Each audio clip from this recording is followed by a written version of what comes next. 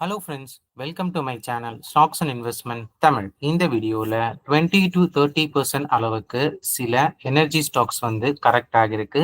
இந்த எனர்ஜி ஸ்டாக்ஸில் நல்ல value by எதுன்னு சொல்லி பார்த்துருவோம். நீங்கள் இந்த சேனலோட முதல் வியூவராக இருந்தீங்கன்னா மறக்காம இந்த சேனலை சப்ஸ்கிரைப் பண்ணி உங்கள் ஆதரவை தெரிவிங்க. ஆல்ரெடி சப்ஸ்கிரைபராக இருந்தீங்கன்னா உங்கள் ஆதரவுக்கு மிக்க நன்றி. டிஸ்க்ளைமர் என்னன்னா, நாங்கள் சிபில் ரிஜிஸ்டர்ட் ஃபினான்ஷியல் அட்வைசர் கிடையாது. நீங்கள் இன்வெஸ்ட்மெண்ட் டிசிஷன் எடுக்கிறதுக்கு முன்னாடி ஒரு சிபில் ரிஜிஸ்டர் ஃபினான்ஷியல் அட்வைசரை மறக்காம கன்சல்ட் பண்ணணும். இங்க நாங்க ஒப்பீனியனை தெரிவிக்கிறோம் எஜுகேஷனல் பர்பஸுக்காக. முதல்ல நாம பிரீமியர் எனர்ஜி ஸ்டாக்கை பத்தி பார்த்துருவோம். இந்த பிரீமியர் எனர்ஜிஸ் கம்பெனி வந்து பாத்தீங்கன்னா ஐபிஓல இருந்து ஒரு நல்ல ரிட்டர்ன்ஸ் கொடுத்தாங்க. ஐபிஓ பிரைஸ் வந்து இப்பவும் அது அந்த அளவுக்கு மெயின்டைன் பண்ணிட்டு தான் இருக்காங்க. ஆனா இப்ப ரீசெண்ட் டைம்ல இந்த ஸ்டாக் வந்து பாத்தீங்கன்னா கடந்த 6 monthsல ஒரு 4% ரிட்டர்ன்ஸ் தான். இயர் டு டேட்ல 34% அளவுக்கு கரெக்ட் ஆகியிருக்காங்க. ஸோ இந்த கம்பெனிக்கு இப்ப இருக்கிற பிரச்சனை என்னன்னு சொல்லி பாத்தீங்கன்னா, இவங்க யூஎஸ் மார்க்கெட்டுக்கு லார்ஜஸ்ட் இந்தியன் சோலார் செல் எக்ஸ்போர்ட்டரா வந்து இருக்காங்க. 100% மார்க்கெட் ஷேரும் வச்சிருக்காங்க. ஸோ இந்த யூஎஸ் டேரிஃப்ஸ் ஏதாவது இந்த மாதிரி இந்தியன் கம்பெனிஸ்க்கு வந்தா அதனால இந்த கம்பெனியோட ரெவன்யூ அண்ட் ப்ராஃபிட் மார்ஜின்ஸ் பாதிக்கப்படுமான்னு சொல்லி ஒரு எண்ணத்துல மிஸ்டர் மார்க்கெட் வந்து இந்த ஸ்டாக்கை வந்து நல்லா கீழே இறக்கியிருக்காங்க. இந்த கம்பெனியோட இப்ப இருக்கிற கரண்ட் ஆர்டர் புக் 3860 மெகாவாட்டா இருக்கு. 6233 கோடி அளவுக்கு ஆர்டர் புக் வச்சிருக்காங்க. எக்ஸ்போர்ட் வந்து வெறும் சின்ன ரெவன்யூவா தான் இருக்கு. பட் அந்த ரெவன்யூவும் பாதிக்கப்படுமோ ஒரு எண்ணத்துல வந்து மார்க்கெட் அடிச்சிட்டு இருக்காங்க. அது மட்டும் இல்லாம இந்த கம்பெனி 1995ல இருந்து இந்த பிசினஸ்ல இருக்காங்க. பட் வேல்யூவேஷன் வைஸ் பார்க்கும்போது 182 டைம்ஸ் ஏர்னிங்ஸ்ல இருக்காங்க. இது வந்து இண்டஸ்ட்ரி ஆவரேஜை கம்பேர் பண்ண சொல்ல வந்து அதிகமா இருக்குங்க. பட் ஸ்டில் இந்த 34% கரெக்ஷன் அப்புறம் கூட இன்னும் இந்த கம்பெனி வேல்யூ பையா வந்து தெரியல. பட் ஸ்கோப் இருக்கிற கம்பெனி, அதாவது ஃபியூச்சர் இருக்கிற கம்பெனி தான். பட் ஸ்டில் இப்ப இருக்கிற market condition US tariff uncertainty இருக்கிறதுனால வேல்யூவேஷன் ஐஎஸ்ஆ இருக்கனால வேல்யூ பையா எனக்கு வந்து தோணலைங்க. அடுத்த ஸ்டாக் வந்து பாத்தீங்கன்னா வாரே எனர்ஜிஸ். இந்த வாரே எனர்ஜிஸ் வந்து பாத்தீங்கன்னா இயர் டு டேட்ல 27% கரெக்டா இருக்காங்க. கடந்த ஒரு வருஷத்துல 10% கரெக்டா இருக்காங்க. 6 monthsலயே வந்து பாத்தீங்கன்னா அதே அளவுக்கு இருக்கு. கடந்த ஒரு மாசத்துல மட்டுமே 25% அளவுக்கு கரெக்டா இருக்காங்க. முக்கியமா இந்த ஸ்டாக் வந்து பம்ப் அண்ட் டம்ப் பண்ணிருக்காங்களா அப்படின்னு சொல்லி ஒரு கேள்வி இருக்குன்னா 3743 ரூபாய் 2088 ரூபாய் இருக்கு. ஸோ ரொம்ப நாள் முன்னாடி இந்த ஸ்டாக்கோட பீக்ல இருந்து வந்து கீழே வந்திருக்காங்க. நீங்க மேக்ஸிமம் பார்த்தா கூட வந்து உங்களுக்கு நல்லபடியாவே வந்து தெரிஞ்சிருக்கும். ஸோ இந்த கம்பெனிக்கு என்ன பிரச்சனை அப்படின்னு சொல்லி பார்த்தீங்கன்னா, ஸோ இந்த கம்பெனியோட கரண்ட் ஆர்டர் புக் வந்து 20 ஜிகாவாட்டா இருக்கு. பிரசென்டா 13.3 ஜிகாவாட் இன்ஸ்டால் கெப்பாசிட்டியா வச்சிருக்காங்க. பட் இந்த கம்பெனிக்கு ஓவர்சீஸ் மார்க்கெட்ல இருக்கிற எக்ஸ்போர்ட் ஆர்டர் புக் மட்டுமே 72.5% அளவுக்கு இருக்கு. யூஎஸ்லயும் புதுசா சில இன்ஃப்ராஸ்ட்ரக்சர் டெவலப் பண்ணிட்டு வராங்க. அதுல இந்த கிரீன் ஃபண்ட் பாண்டிங்கை வந்து யூஎஸ் வந்து நிறுத்ததுனால இவங்க அந்த எக்ஸ்பேன்ஷனை தொடர முடியாம போகுமோ. புதுசா வந்து யூஎஸ் ஒரு 5 ஜிகாவாட்டுக்கு வந்து ஒரு எவாலுவேஷன்ஸ் பண்ணிட்டு இருந்தாங்க. ஸோ அந்த 2 காரணத்தினால வந்து மார்க்கெட் இந்த ஸ்டாக்கை வந்து அப்படின்னு அடிச்சிட்டு இருக்காங்க. பிஇ இவங்க பிரீமியர் எனர்ஜிஸை கம்பேர் பண்ண சொல்ல 63.8 தான் இருக்காங்க. பட் ரீசெண்ட் டைம்ஸ்ல வந்து அவங்க ரெவன்யூ க்ரோத் சிங்கிள் டிஜிட்ல இருக்கு, பேட் டபுள் டிஜிட் க்ரோத்ல இருக்கு. 63 டைம்ஸ் ஏர்னிங்ஸ்ங்கிறது வந்து பாத்தீங்கன்னா இன்னும் ஸ்டில் ஹையர் இதுவா வந்து பாக்குறீங்க. ஏன்னா கொஞ்சம் அன்சர்டனிட்டிஸ் இந்த யூஎஸ் ரிலேட்டட் இஷ்யூஸ்ல இந்த கம்பெனில இருக்கிறதுனால. அடுத்த ஸ்டாக் வந்து பாத்தீங்கன்னா நம்ம சுஸ்லான் எனர்ஜி ஸ்டாக்கை பத்தி பாத்துருவோம். சுஸ்லான் எனர்ஜி ஸ்டாக் வந்து பாத்தீங்கன்னா 86 ரூபாயில இருந்து இப்ப 50 ரூபாய் அளவுக்கு கீழே விழுந்திருக்காங்க. இயர் டு டேட்ல 22.79% அளவுக்கு குறைஞ்சிருக்காங்க. இந்த கம்பெனி வந்து பாத்தீங்கன்னா 32% கியூமுலேட்டிவ் மார்க்கெட் ஷேர் இந்தியாவில் வச்சிருக்காங்க. 20.9 ஜிகாவாட் இன்ஸ்டால் கெப்பாசிட்டி இருக்கிற கம்பெனியா இருக்காங்க. USD 10 billion asset under management இருக்கிற கம்பெனியா இருக்காங்க. 1900 கஸ்டமர்ஸும் வச்சிருக்காங்க. Like ACC, Adani, renewable energy, ITC, Bajaj, hero future energy சொல்லிட்டு. ஆர்டர் புக்கும் 5131 மெகாவாட்டா இருக்கு. ரீசெண்ட் குவார்டர், அதாவது இந்த Q3 ஃபினான்ஷியல் இயர் 2025 வந்து பாத்தீங்கன்னா நல்லபடியா ரிசல்ட்ஸ் வந்து கொடுத்துருக்காங்க. நேற்று ஆல்மோஸ்ட் வந்து ஸ்டாக் வந்து பாத்தீங்கன்னா கீழே வந்து விழுந்துகிட்டு இருந்துச்சு.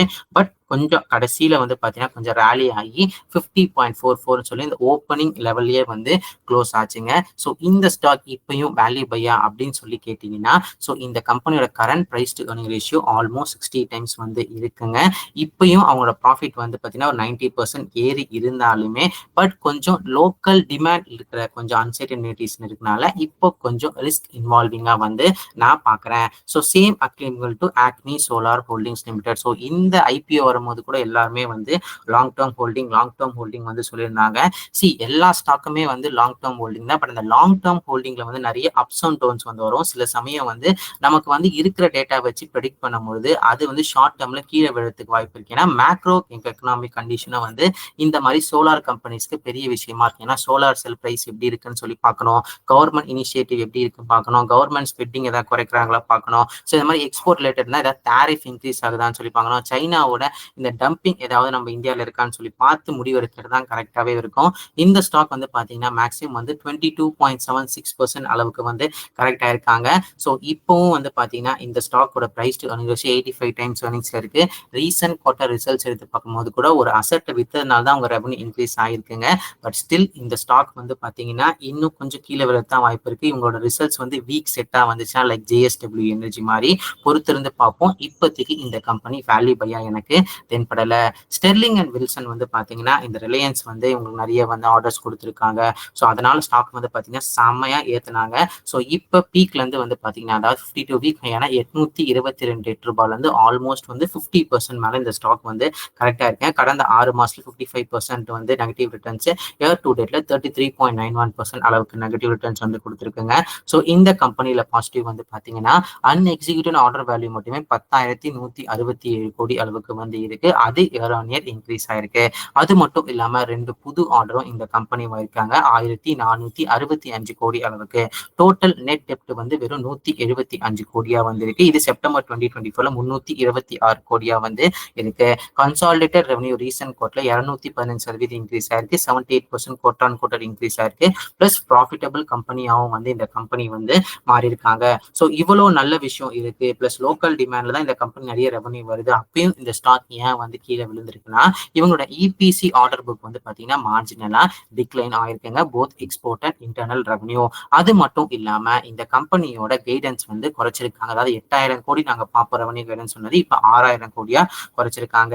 பிளஸ் வேல்யூவேஷன்ஸும் வந்து பாத்தீங்கன்னா இந்த கைடன்ஸ் குறைச்சிருக்கப்போ இந்த வேல்யூவேஷன் ஜஸ்டிஃபைபிளா இல்லைன்னு சொல்லி மார்க்கெட் நினைச்சதுக்கு அப்புறம் இந்த ஸ்டாக்கை அடியோடி நடிச்சிருக்காங்க. அது மட்டும் இல்லாம இன்சைடர் செல்லிங் இந்த கம்பெனிக்கு வந்து நிறைய இருக்கு. ஏன்னா ப்ரொமோட்டர் ஸ்டேக் வந்து 69.05 ஜூன் 2023 இருந்தது 45.85 வந்து குறைஞ்சிருக்குங்க. ஸோ இந்த மாதிரி கொஞ்சம் நெகட்டிவ் நியூஸஸ் இருக்கனால இந்த ஸ்டாக்கை வந்து மிஸ்டர் மார்க்கெட் வந்து அடிச்சிருக்காங்க.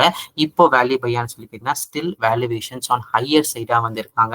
ஸோ பார்த்து கவனமா இருங்க. ரினியூவபிள் எனர்ஜி செக்டர்லாம் ஃபியூச்சரிஸ்டிக் செக்டர் தான். பட் ஸ்டில் வேல்யூ பை அவங்களோட மார்ஜின்ஸ்க்கு ஏற்ற மாதிரி இப்போ இருக்கிற கரண்ட் மார்க்கெட் கண்டிஷன்ல இல்லாததுனால இந்த ஸ்டாக்ஸ் எல்லாம் அடிச்சிட்டு இருக்காங்க. அடுத்த ஸ்டாக் வந்து பாத்தீங்கன்னா டாடா பவர் கம்பெனி லிமிடெட். இந்த டாடா பவர் கம்பெனி லிமிடெட் ரொம்ப நாளா நம்மளோட சேனல்ல ட்ராக் பண்ணிட்டு இருக்கோம். இந்த ஸ்டாக் கடந்த 6 மாசத்துல 21.79% நெகட்டிவ் ரிட்டர்ன்ஸ் கொடுத்திருக்கு. இயர் டு டேட்ல வந்து 11.84% நெகட்டிவ் ரிட்டர்ன்ஸ் கொடுத்திருக்கு. கடந்த ஒரு வருஷத்துலயும் வந்து பாத்தீங்கன்னா ஒரு கிட்டத்தட்ட 10% அளவுக்கு நெகட்டிவ் ரிட்டர்ன்ஸ் வந்து கொடுத்திருக்கு. போன குவார்ட்டரும் அந்த அளவுக்கு இந்த கம்பெனியோட ப்ராஃபிட்ஸ் வந்து இல்லைங்க. ரீசெண்டா வந்து பாத்தீங்கன்னா இந்த மகாராஷ்டிரால வந்து ஒரு ஆர்டர் வந்து பேக் பண்ணியிருக்காங்க. ஸோ அவங்களோட சப்சிடரியான TP solar limited 25.6 total capacity வந்து இந்த கம்பெனியோட இருக்கு இன்ஸ்டால் கெப்பாசிட்டி அதில் 10 ஜிகாவாட் வந்து அண்டர் பைப் லைனா வந்து இருக்காங்க. ஸ்டில் இந்த தெர்மல் ரிலேட்டட் ஜிகாவாட்ஸும் இந்த கம்பெனிக்கு ரெவன்யூ கொடுத்துட்டு வந்து இருக்குங்க. இந்த சோலார் ரூஃப் டாப் ரெவன்யூ மட்டுமே அதுல தான் இவங்க வந்து நம்பர் 1 வந்து இருக்காங்க. அது வந்து ரெவன்யூ மட்டுமே 36% CAGR டில் 2030 வந்து இன்க்ரீஸ் ஆக வாய்ப்பு இருக்குன்னு சொல்லி சொல்றாங்க.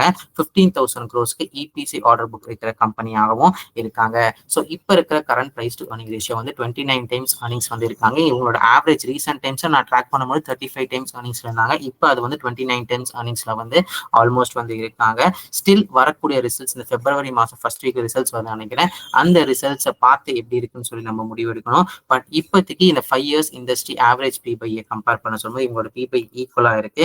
பட் லாங் டேர்ம்ல ரிஸ்க் இல்லாம கொஞ்சம் பொறுமையா கொஞ்சம் அப்ஸ் அண்ட் டவுன்ஸோட பார்க்கணும்னா டாடா பவர் ஒரு நல்ல கன்சிடரேஷனா இருக்கும். பவரோட வரக்கூடிய ரிசல்ட்ஸ் எப்படி இருக்குன்னு பாக்குறது வந்து கரெக்டா இருக்கும்னு சொல்லி சொல்றேன். ஒரு சேஃபர் பெட் டாடா பவர் கம்பெனியா நான் வந்து பாக்குறேன். இப்ப இருக்கிற இந்த இதுல வந்து பார்க்கும்பொழுது மற்ற எல்லா கம்பெனிஸும் இன்னும் கொஞ்சம் ஒரு 20 to 30% இன்னும் கீழே கரெக்ட் ஆச்சுன்னா வந்து நம்ம கன்சிடரேஷன்ல வைக்கலாம்னு சொல்லி நான் நினைக்கிறேன். இதெல்லாமே வந்து பாத்தீங்கன்னா என்னோட பர்சனல் வியூ.